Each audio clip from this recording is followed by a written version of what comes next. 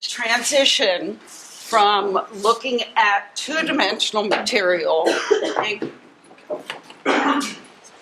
drawing exactly what we see to three-dimensional material using your grid. Okay, anybody go out and buy helping hands?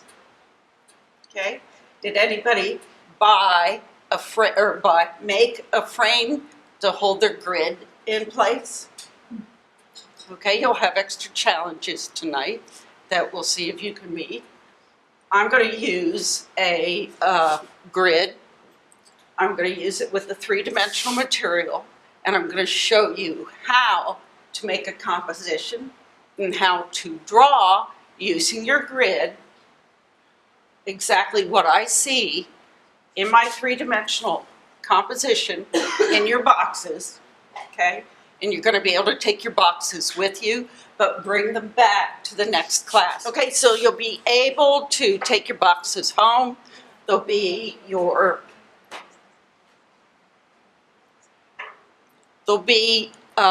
where you're going to keep your subject matter. Your subject matter for each assignment is the same thing, so you get really familiar with it. The only other things you're going to add to it is going to be some cloth, and some of you have a cloth in your box, hooray. Some of you will have to get a t-shirt or a pillowcase or something like that. Something plain, like a white plain pillowcase cloth, or a small hand towel. Okay, some of your blocks are going to help create the information and the imagery, and some of your blocks are going to be your subject matter. So there's a little bit of a learning curve on how you make these arrangements, okay? That's called a composition. See, I'm taking notes because I think what the teacher is saying is probably important. And I haven't got a photographic memory, so I need to write things down. Okay? And then, to make the composition, there's a video online. You can review the video. It's not going to be this one.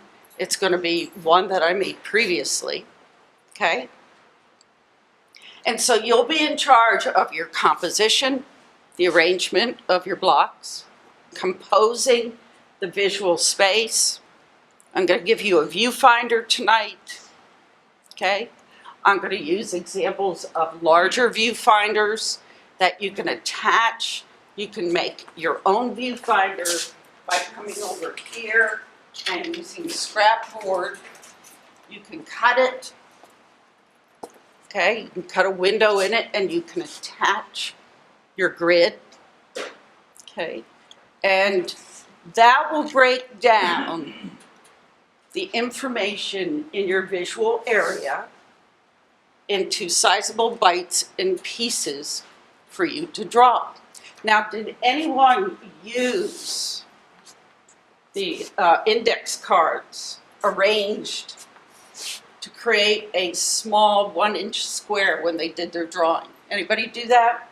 Okay, good. You can continue to use that visual device when you're drawing your three-dimensional information.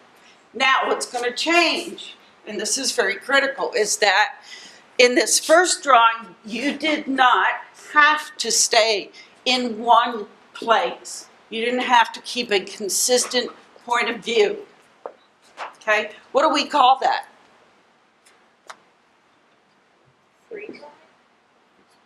Fixed position, right? You had handouts that illustrated how the artist stayed in one place, okay? I told you about an additional advice, but what was illustrated in that one handout? The pointer, okay? And how did they use that pointer? Right, it lined up with a specific spot. Okay, so I'm going to talk about how you can use your grid to help you find your same place, to look at it from the same perspective and place each time you need to take a break. Say you want to work on your drawing for an hour, then you want to shut it down, go get some lunch, come back. Okay, then you want to come back and you can spend all afternoon, except for little breaks in between, to do more on your drawing. And then you take a break for dinner, you go to another class, you come back and you're going to sit and watch TV over there while your subject matter is here, and you're going to draw, but you're going to look at it from the same position. Okay, so you finish your drawing that night. Okay, this will guarantee you find the same place and the same way to look at it each time. Okay, so everybody freeze, don't move. Okay, so some of you are like this, and some of you are like this. And let's see, we got 1, 2, 3, 4 people not holding their heads up. Okay, look at your body language. Okay, you can't draw like this. You must draw like this, okay? You can never find that same height again. Now let me make more sense out of that. Everybody stick their arm out. Just stick it out. Okay? Now, did you stick it all the way out? Or do you have it kind of bent? Okay? The only way you can find the same position again is how? It's the same with sitting up. Picture it, like taking a picture. Maybe. Extend all the way. Extend your arm all the way. Okay? You can never find the same position. Look at my elbow. You see how I'm moving my elbow? You can never find the same position if you're relaxed like this. The only way you can find the same position is to sit up straight. You know what that feels like each time. I can't, if I slouch a little bit, how much am I going to slouch? It's sort of like, okay, bend your arm. I didn't tell you how much. Everybody's bending it, differently. But if I say extend your arm fully, that's a position you can find each time. Okay? All right, does that make sense? All right, so that helps you find your fixed position. Also, if I move my chair. Okay? You can sit to draw, you can sit at your desk. What else is going to help? I'm going to ask you to find 3 things. For this assignment, I want you to find a white or solid color light towel or white pillowcase, nothing with batteries. Okay? Eventually, I'm going to have you get a mirror, okay, like those tile mirrors. Somebody asked me about those mirrors outside of class. Anybody do that? Who was that? Somebody asked me. Okay. And I'm going to ask you, Should we mark mirror down for this assignment? no. A light. So, does everybody have one of those bendable arm desk lights, or does everybody have a desk light? If you don't, you're going to have to get one. You can go to Walmart and pay up to $5 to $10 for one. You can probably go to the thrift shop, but you will need a light source. Okay, you can't draw in the dark. You can't draw in natural light. You cannot draw in natural light. You're going to have to turn the room light on, but it's going to change. If there's light coming in your window, it's going to change what happens to the shapes of shadows. It's going to change color. We're not worried about that, but it's going to change the shapes of things. So you need a consistent light source. You want interesting shadows, okay? And it's going to control lightness and darkness. The lightness and darkness, when we get to value, is going to change. So natural light, for our purposes, is not good. We want artificial light source. See that lamp over there? Fancy lamp. Okay. You can also go buy a clip light bulb. You'll have to get packs of light bulbs. You can get inexpensive 4 light bulbs, little corkscrew kind that say white light or north light or blue light. 4 bulbs in a pack for I think $10.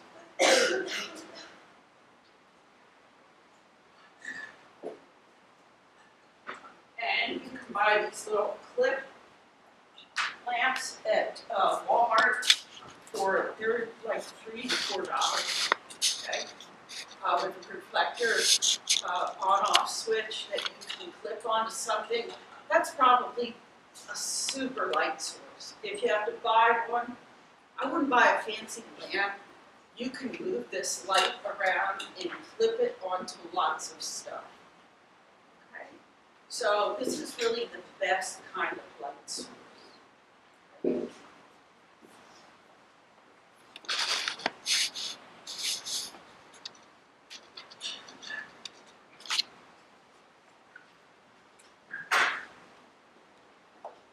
Do you have to draw in your room? No, you can come in here and use the facilities to draw. You don't have the money for a light.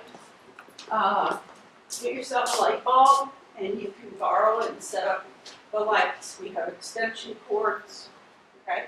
You cannot take them out of the room. Other people use them. But if you come in here to draw, you can set up, use the lights. Okay? Okay. You have to do this drawing, okay? And you should be spending 6 hours outside of class, period, as a minimum, okay? You spend less time, your grade, it's gonna be reflected in your grade. Not because I'm telling you, if you spend less time, you're gonna get a lower grade. It's just, if you can do this faster than that, your drawings aren't gonna look the way they need to look. Yes, okay. So, let's take a look here. All right, we're past our grid assignment, so now we're on to assignment 1B, contour drawing. Okay, so here's demonstration video link. That's me explaining contour drawing to a conventional drawing class.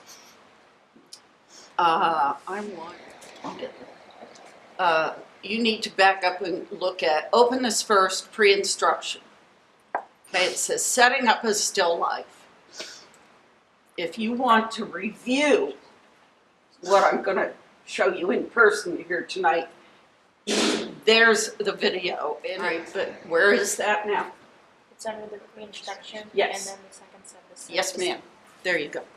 So it's called Setting Up a Still Life. That's the video. And then under 1B, contour drawing. Okay. I'm going to explain to you what a contour drawing is. It's a line drawing. Contour is line. Okay. And we're also going to talk about dominant and subordinate line. In your last drawing, there was only one kind of line. It didn't vary in how wide it was, okay, or how thin it was. Spidery, okay. It was a consistent kind of line. Just like in your grid, it's a consistent line. It doesn't vary, okay. So, let's go back here. Oh, that's assignment 2. Sorry, I'm going to back up. We'll do that in the second drawing, okay? So sorry. So examples will be there. So for this, we'll go ahead and we'll keep the same quality of contour throughout the drawing, okay? So the same line consistency. All right? And it will be the same kind of line consistency that you did in the old master copy of the Picasso drawing, okay? It will not have variation. So you're going to see examples of student drawing, okay? And so you can look at that file and you can see what a contour drawing looks like with different kinds of compositions and different kinds of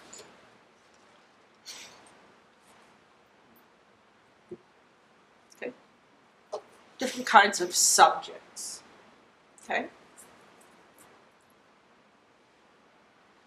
And let's see, we've got a folder for professional contour line drawings, and sometimes you cannot distinguish between the two, okay?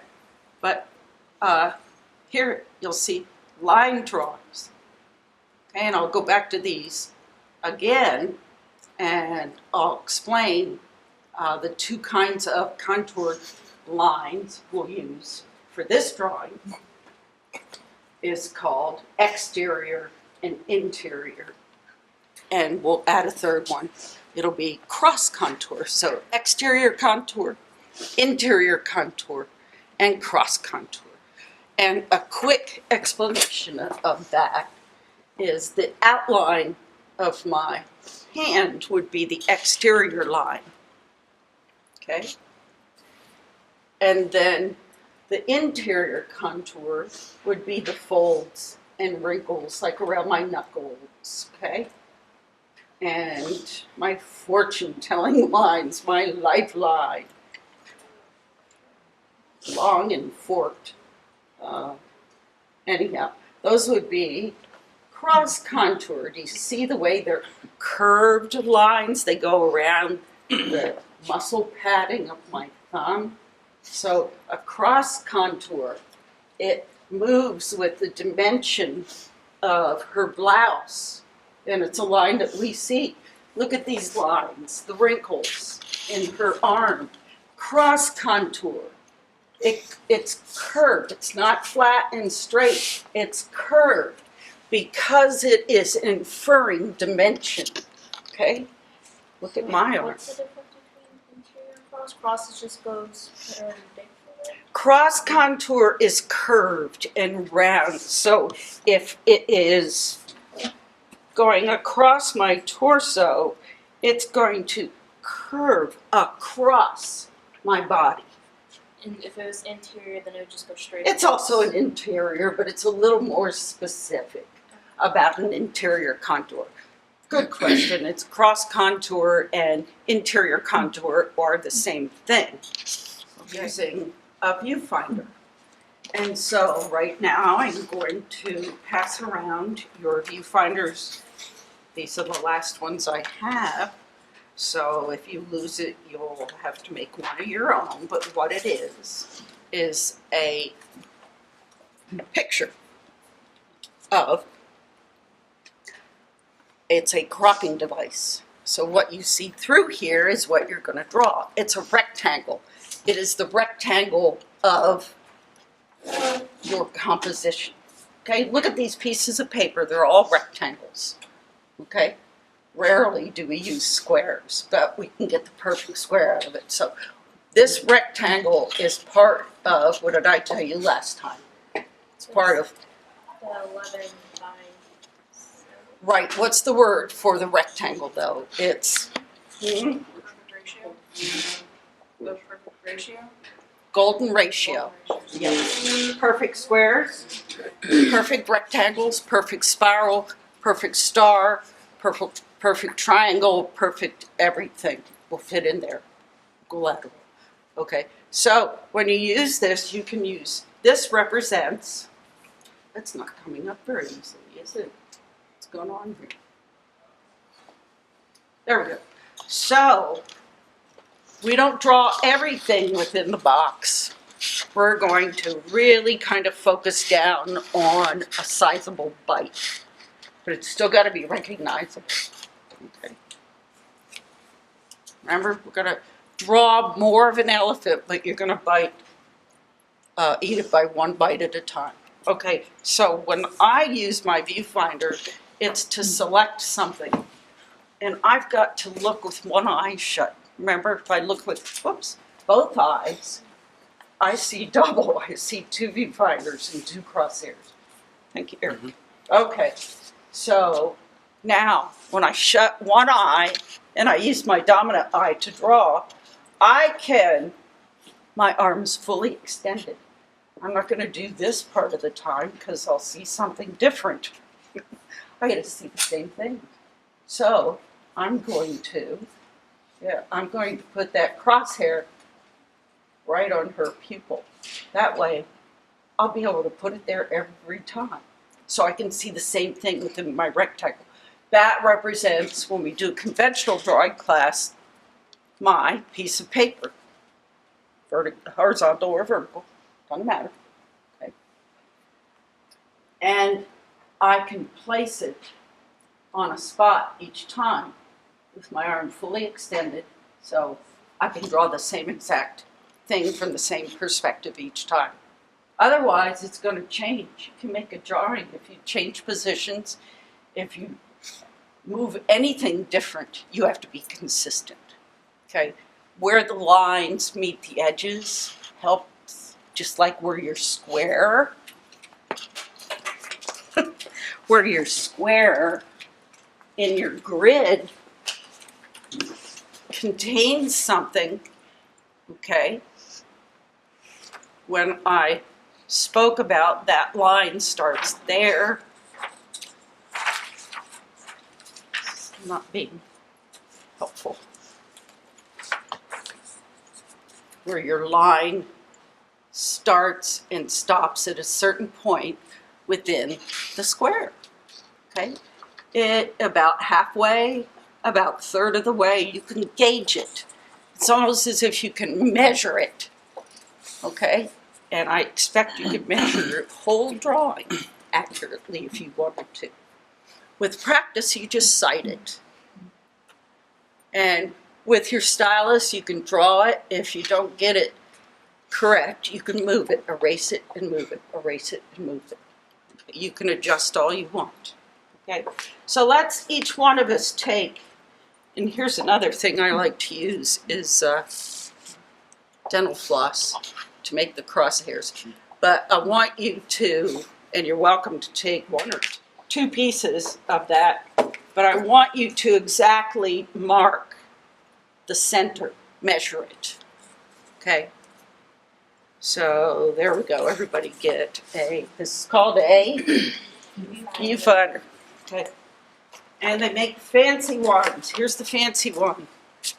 Yeah. You can do a square, you can do a panorama, long vertical, or a Can you rectangle. measure with a ruler, or you just guess? On that, I measure with a ruler. Yeah. Can I borrow that ruler? Yeah, you don't have to do it right now. Okay. So I'm just telling you instructions, and then you can go forth and do it at your own time and pace. So with the viewfinder, we will be looking close up.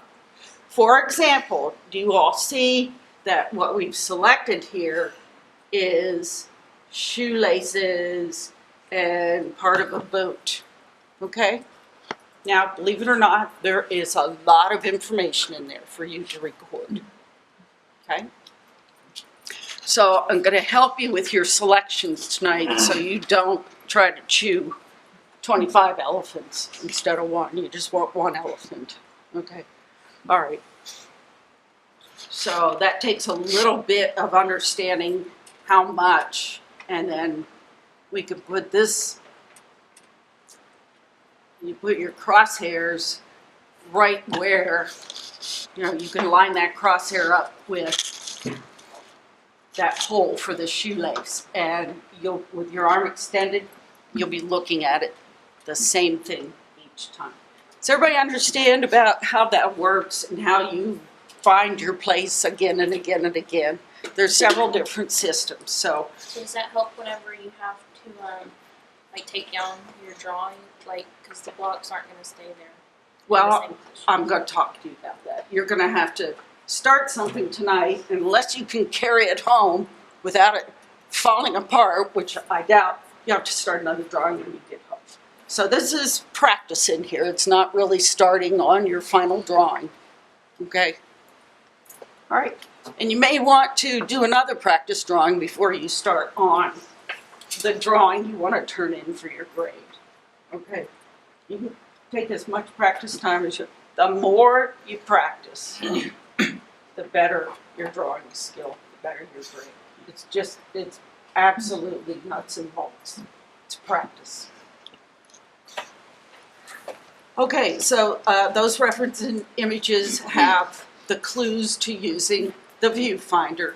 And also, these are for the course when it goes entirely online. Okay?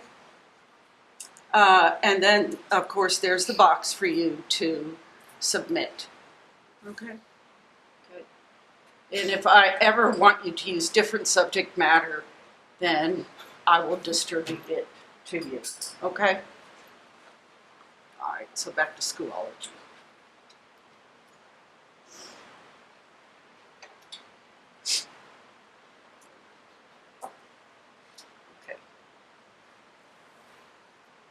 Okay, there's your resources.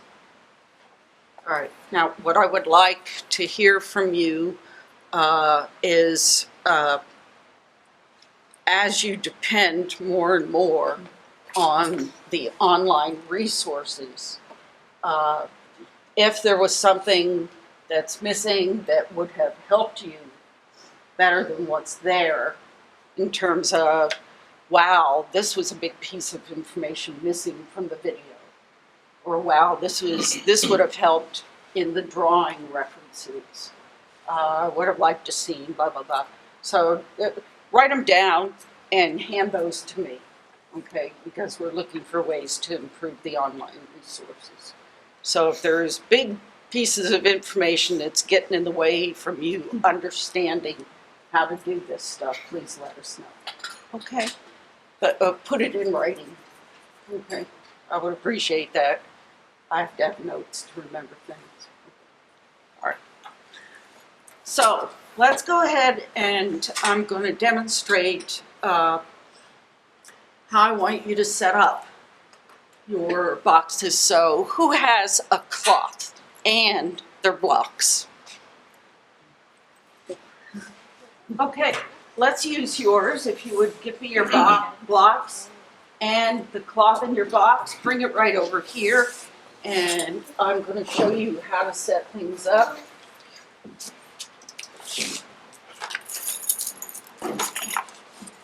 And okay. And how you're going to use your grid and or viewfinder. Grid, thank you. Grid will make it easier. Viewfinder will work.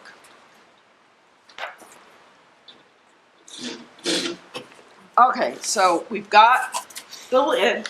Some of you might want the lid to be more functional than it is. And we've got some tape here holding our box together. We want the front flap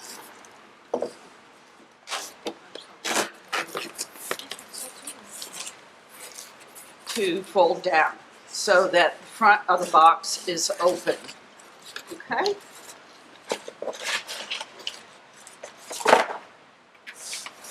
All right, so the composition and the arrangement of stuff as a landscape. It's not actually rocks, it's not actually mountains, it's not actually water, it's not actually people or buildings. It's your blocks and what they infer or imply in terms of their arrangement and their context. So when we use a mirror, it's not actually water, but it is a water metaphor. What's a metaphor? It's a visual metaphor. It symbolizes something else. Yes, okay. It's one thing that symbolizes something else. It stands for something else. So if I do this,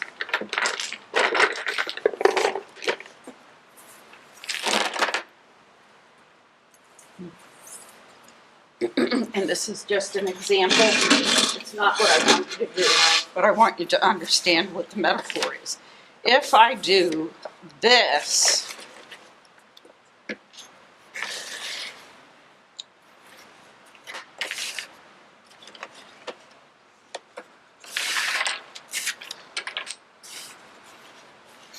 what might we be looking at there? What might it be a metaphor for? Stairs. Wi-Fi connection. What?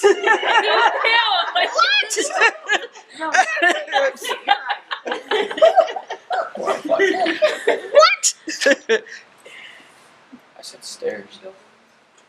Could be buildings, okay? Yeah, for Wi-Fi. All right.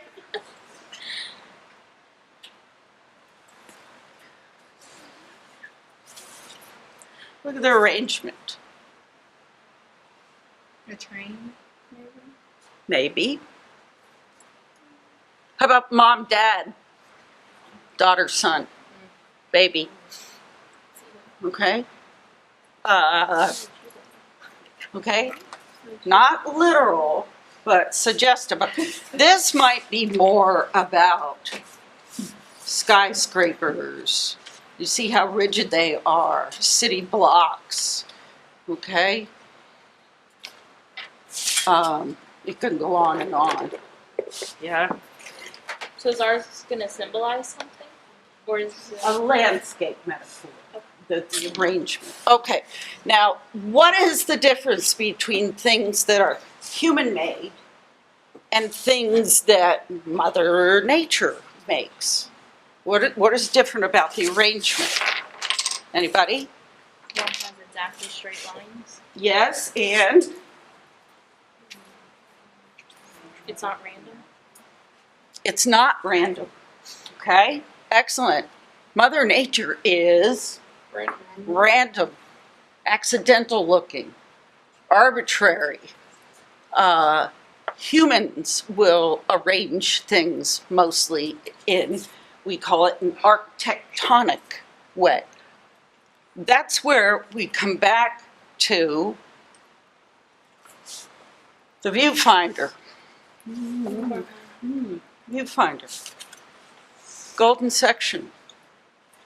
Okay? Square, rectangle, spiral, circle, triangle. All of that is an architectonic arrangement. We start with the rectangle. Okay, let's talk about human space that we dwell in. If we're talking about architectonic and we're talking about using the grid and the rectangle in ways that human beings function and dwell. So, Can you word that in another way? I don't think I understand. human space, architectonic rooms are mostly rectangular. Okay? All right. And then from the room, we go out to a collection of rooms. And then from there, we go to the building. Okay? And if you look down, bird's eye view down on top of the building, if you zoom out, you see more buildings. And containing those buildings, those multiple buildings, are, and they're not arranged accidentally, they're arranged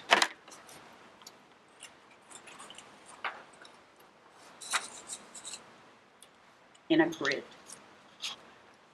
City planners plan based on a grid. You ever see topical maps or bird's eye view maps of cities? They all begin as a grid, okay, more or less. Sometimes they wiggle a little bit, but mostly it's called a city grid. What are the lines? The avenues? The thoroughfares, the streets, the avenues. Okay, so we have a city block, and the block contains rectangles and squares. Okay. And we go further out. Okay. Anybody fly over farmland? What do you see? Oh, squares. Different More building. grid. And yes, Like but some of it's them are cut off further at weird apart. angles. Yes. Yes. Shapes. Okay. That's what I'm Plots. Yes. Okay. So the earth is organic. And organic is another way of saying not regular, not systemic, accidental. Okay? And human impulse is to make it regular and architectonic. All right. So, to create a landscape metaphor, we're going to have to make arrangements that are not on purpose.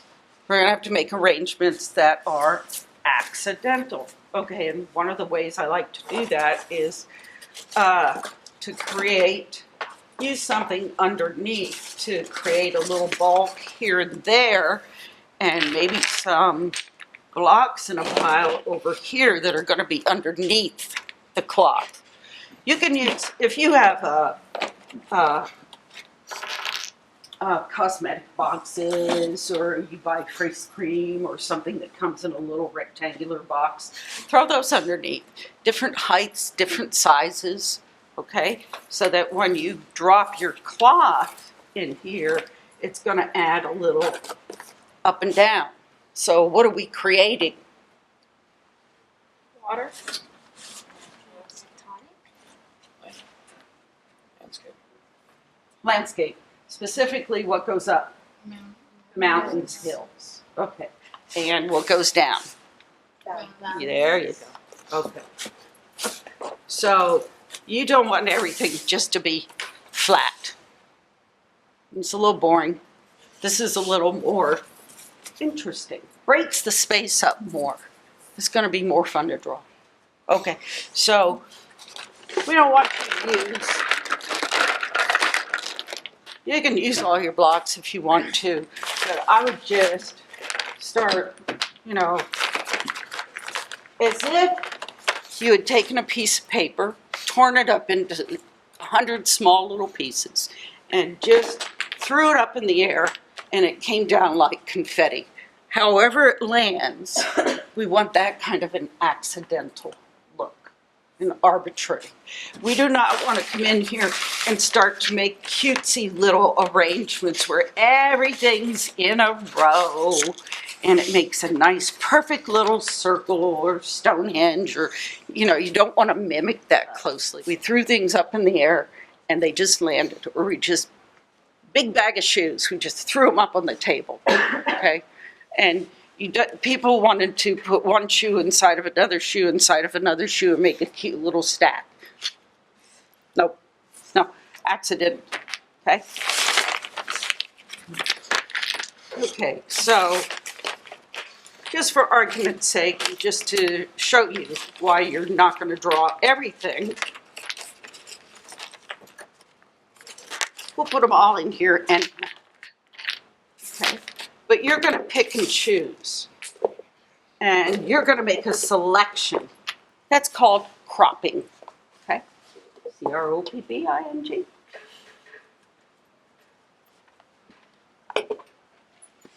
So I'm going to borrow your viewfinder again. And so you can sit this close. I kind of like what I see from here. Can you stand to draw? Yes. Sure. Sure you can. If you get an easel like that, or if you've got something you're putting your iPad on, you really want to be in front of it, and you want to have your iPad like right here, so you're going to be looking at what you're drawing, the subject matter, 90% of the time. You're only going to be looking at your drawing to make sure you're making marks, okay? And it looks like what you're looking at. So you can make this even higher in here. You can stick your box lid in here. You can pin the cloth to your box lid so that it tapes down a little bit. You can tape it, pin it.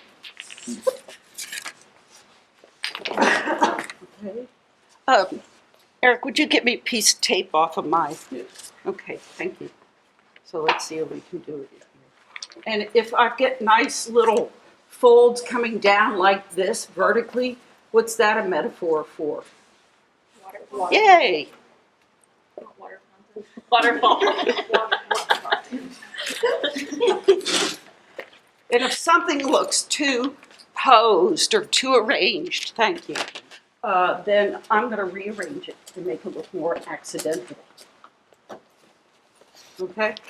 So there you go. And, you know, so these could be rocks that tumble down a mountain. It could be a waterfall. It could be fish.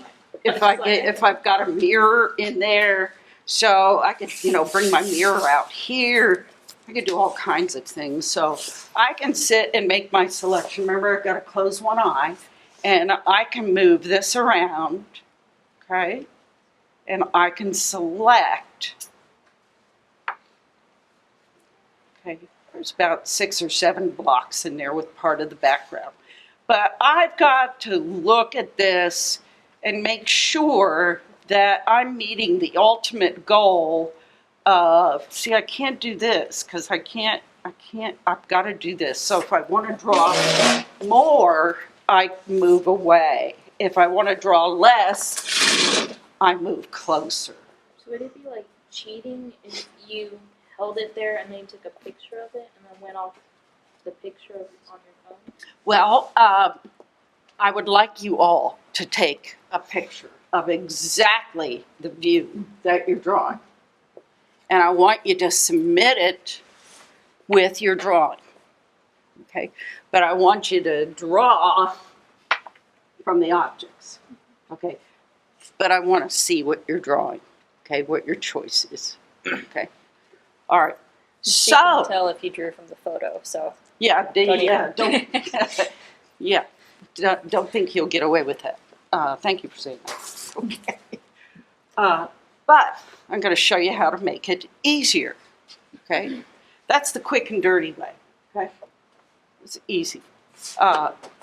You can take your grid and tape it to. Okay, and you can lay it right down on top of this. Okay, the helping hands will hold it here. And some people like to use the box to kind of tape this to. And most folks last semester would just cut a piece of, to crop it even more. And use that rectangular cropping or this rectangular cropping. So they weren't drawing everything in there, but you've got lots of choices, okay, of what to draw. You can make your own grid. I'll give you a piece of that transparent paper if you decide you want to do a smaller grid, a 1/2-inch grid, and you want it to fit a smaller frame, or again, it's a viewfinder, okay, that you like that size and you want to use that size to draw from. I will we can draw and trace on a piece of board for you, and we can custom design the grid for you. You can actually take dental floss, measure it out carefully, and just do your grid out of string, like that, on a viewfinder, okay? So to match the grid that you're going to use, okay, your grid and the grid that we put onto your paper is going to be the same that you're going to look through. Okay? Look at that. Perfect. Eric, Yes. 4 pieces, please. Sorry, helpful. And you might even run into pictures that one of the students used last semester. They actually, I saw their grid in place in front of their arrangements, and they sat on the floor and they drew with this. The further away you get, the more information. The closer you get, the less information. Good job. Thank you.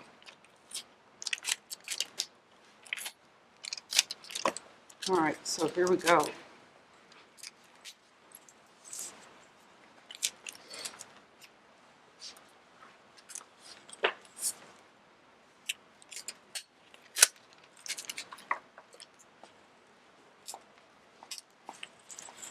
So, artists use all kinds of visual aids to help them break down the information to keep it simple, make it simple as a starting point, to make sense out of it and only give them one bite to chew at a time. Okay. Years of practice will allow us to just draw straight away without the visual aids, but these are great ways to begin to learn how to make those sizable bites. Okay, now how can I make this even less information? I can do this, but then there's a lot of black and cloth up there that isn't that interesting to me. So I can angle it, okay, and I can put some tape, and I can put something back here to prop it up. I can angle it, okay? And here's what I want you to do with each assignment, okay? I want you to choose either a vertical or a horizontal. This is also portrait. This is also landscape, okay? So with each assignment, if you start out with a vertical, then the next assignment I want you to do a horizontal. And keep alternating, okay? Back and forth, back and forth. So you don't do all verticals or all horizontals, okay? So now how can I draw even less? That's too much. That's a lot to draw there. So how can I draw even less?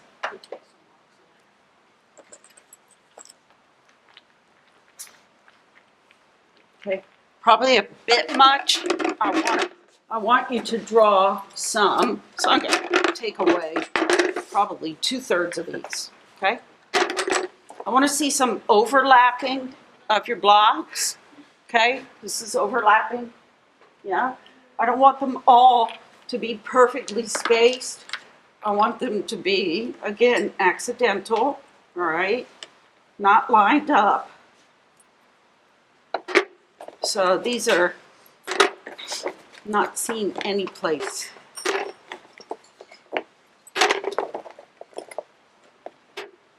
Okay, and I am going to get myself onto a higher stool, okay? And then I'm going to start pointing out to you what is. And another thing I want to do when I try and make this arrangement, then I want you all to come over here and photograph this, okay? So you have an example of how I want you to, thank you, Emma, make these arrangements. I want you to have objects that are cropped off, in other words, cut off by the top border, by each side border, and by the bottom border. So come on over here and have a look. Let me point out to you, can you see that these are cut off, cropped at all sides, okay? You don't want all the objects perfectly cropped with this grid, okay?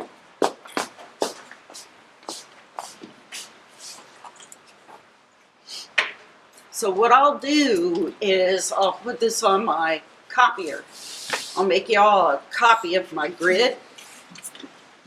And you can take it to Kinko's and get a transparency printed out of this scale.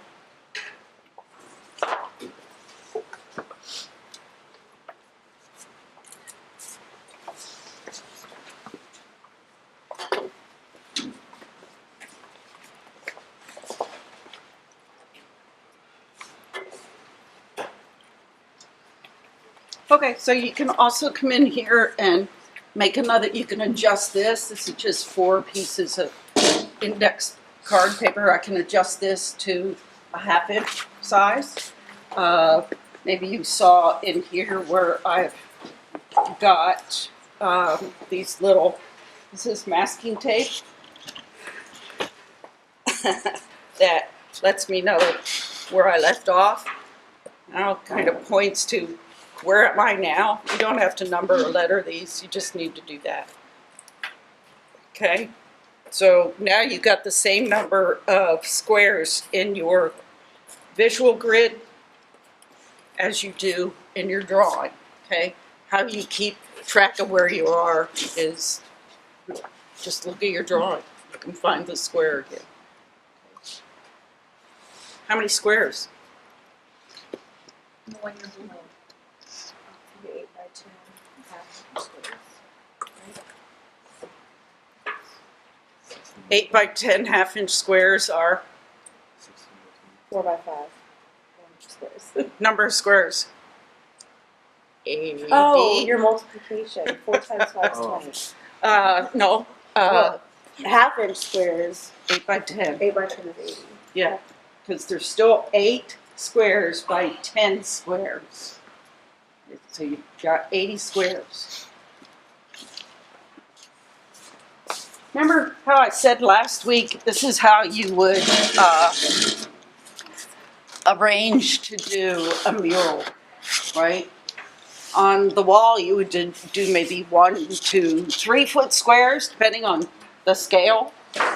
It's not the size, it's the number across and the number down. It has to be the same in your small reference as in your large scaled up drawing. Okay? All right. Now, we're going to go over, I'm going to go over and bring the light.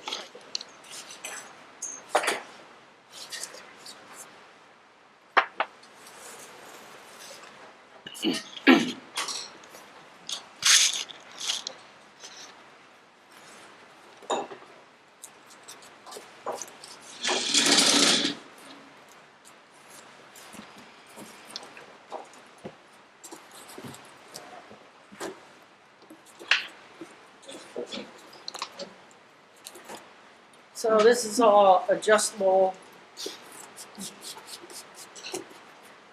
just so, you know, you can make it all contained in the box. You can move this. You can make sure that your dog won't eat it, your kid won't play with it.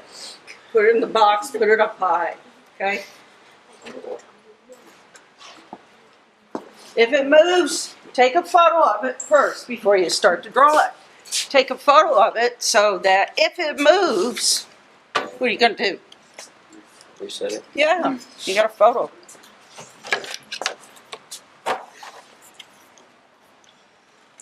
And what that grid does, that the viewfinder doesn't do, is it flattens out that 3-dimensional information. Okay? So that you see, regardless of whether something is 3D or not, it tells you exactly, I'm going to go 1, 2, 3, 4. 1, 2. Okay, I'm going to start from the edge here. Now I can't do this and I can't do this. So I've got to keep this in the same place.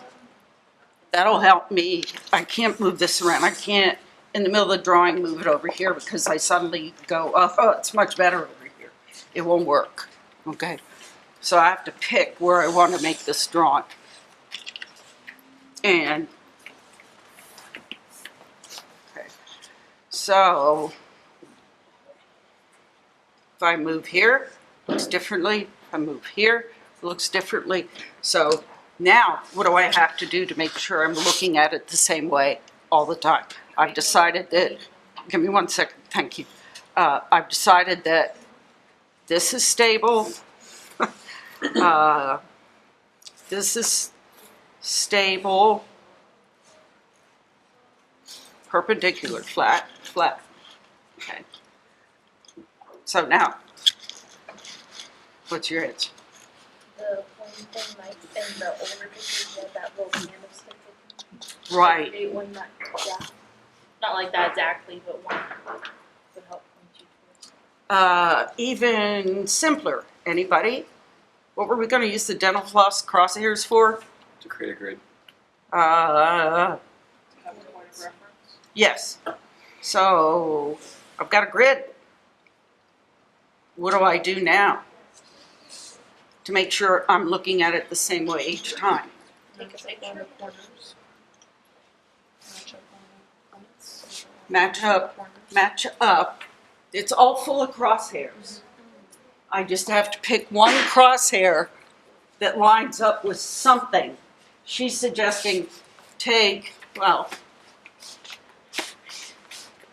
I'm going to get comfortable here. Okay? I'm going to get comfortable. So, all right. I've got this crosshair lined up with the back corner of my cube. That's easy for me. That's comfortable. That's perfect. Okay, so I'm right here. Okay? So now I moved a little bit. So now I can line it back up. And that's 4 squares down. It's this one. That's where my corner is. What kind of pencil do you use? Is it specifically for Yep. Were you not here when I talked about these? No? Okay. It's a pencil.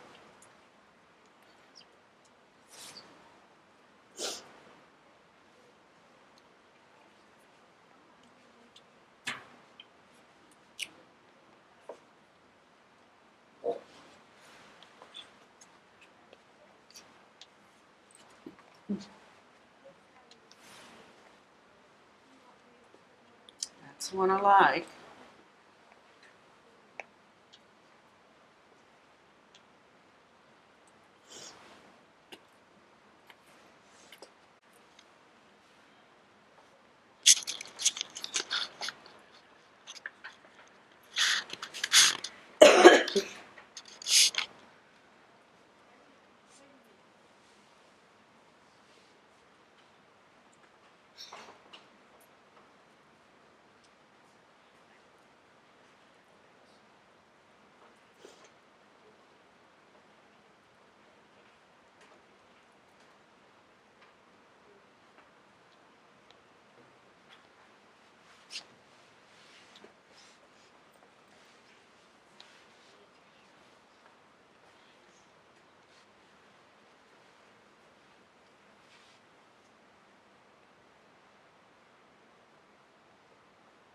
Okay.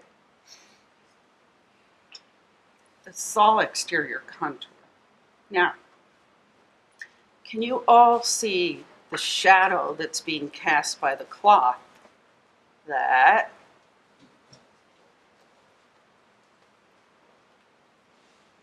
creates a line. Here's my cloth.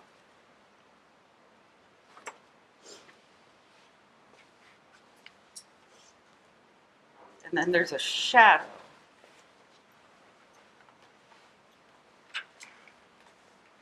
Are we gonna paint like colors with this, like the background, like the cloth and everything?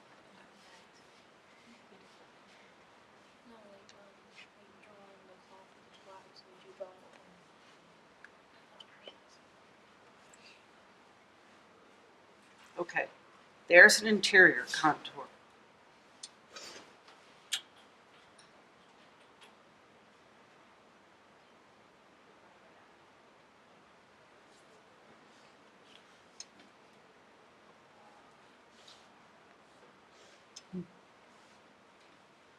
Usually it went to the white on my iPad whenever I was going slow. I noticed that. So then I've got one speed. Slow.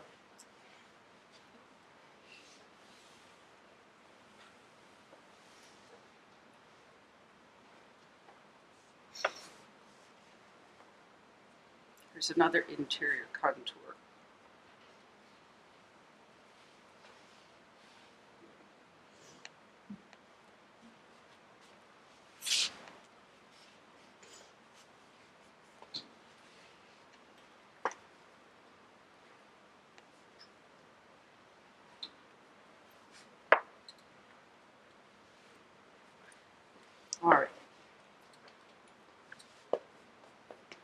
So when I draw this, I'm lining everything up. Another thing I want you to check out is before you draw something, close your eye, line your pencil, your stylus, or get a pencil, or ruler,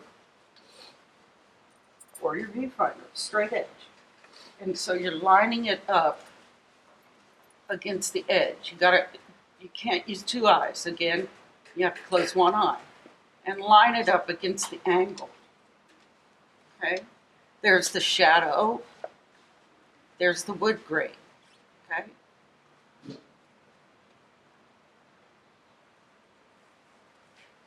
So my line for the left edge of the box, the cube. Whoops. And I can hold my pencil. Again, I've got one eye shut. And tilt my pencil till it looks exactly like the angle of the line.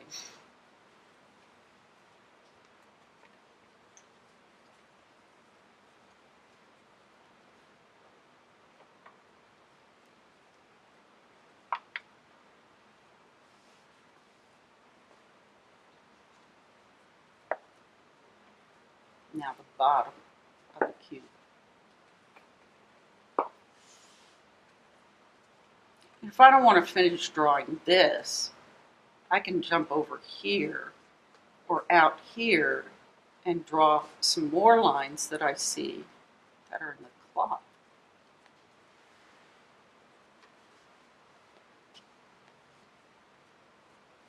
So I'm kind of connecting lines and shapes. Here's the darker part of the cloth. And I don't know where that goes just yet. Just because I start a line doesn't mean I have to finish it. I can let go of it at any point. It's kind of a triangular shape.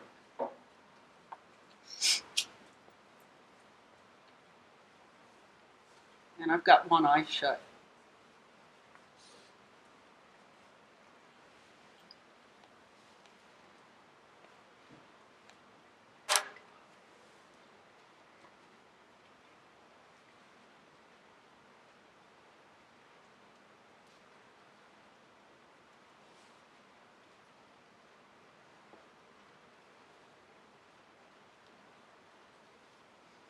So this looks just like my flat copy.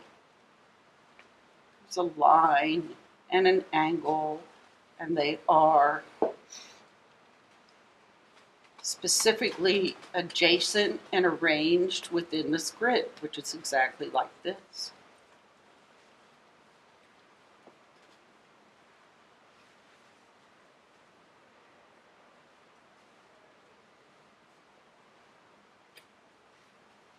There's another cube.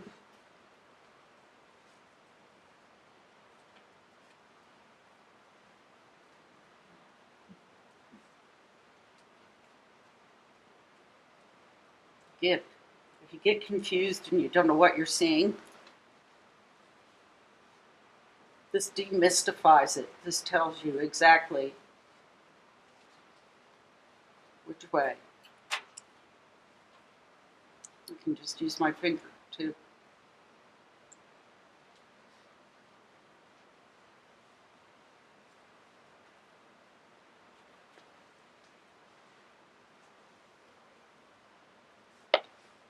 You know, as I'm drawing this, I have to really shift in my mind to talk to you about it, because I'm just drawing lines and shapes within this grid.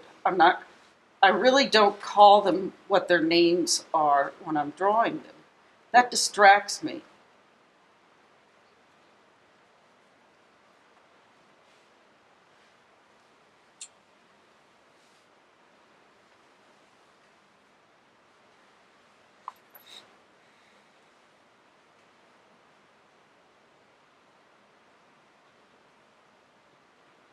The more I can see these things as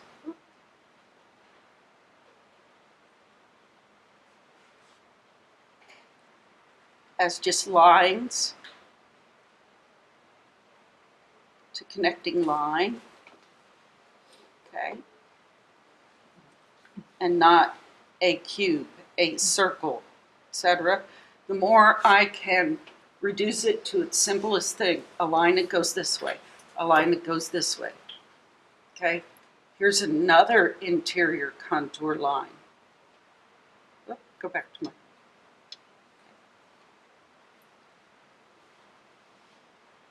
Then the better I'm seeing and perceiving.